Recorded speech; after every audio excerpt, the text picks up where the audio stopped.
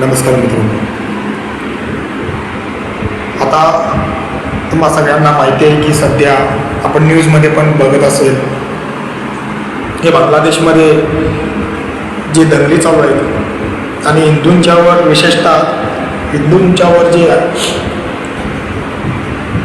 हल्ला चालू आहे त्या हल्ल्याच कोणी समर्थन आम्ही करू शकणार नाही. परंतु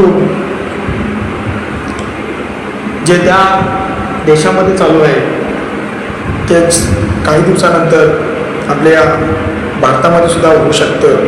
त्यामुळे सगळ्यांनी दक्षता घेतली पाहिजे की जातीजातीमध्ये जे आता सध्या किरकोळ वाद चालू आहेत ते वाद कशा पद्धतीनं कमी होतील, शक्यतो बंदच होईल हे आपण सगळ्यांनी बघितलं पाहिजे. कारण यातून कधीही काही होऊ शकतं आणि यातून मोठा उद्रेक घडू शकतो त्या जातीमधून. बांगलादेशमध्ये जे चाललेलं आहे ते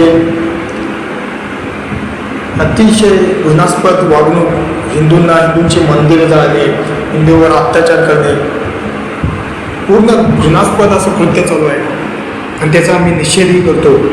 कोणीही हिंदू याचं समर्थन करणार नाही. परंतु आपल्या जे इंडियामध्ये चालू आहे, जी परिस्थिती चालू आहे सध्या आपण बघतो न्यूजमध्ये आणि आपल्या कानावर पण जे सोशल मीडियाच्या माध्यमातून जी बातमी येते त्यावेळी आपल्याला पण अशी पुढच्या दृष्टिकोनावर काळजी घेतली पाहिजे की जे बांगलादेशामध्ये चालू आहे तीच परिस्थिती इकडे पण भविष्य काळात उद्भवू शकते. त्यामुळे मित्रांनो सतर्क राहणं हे गरजेचं आहे. धन्यवाद.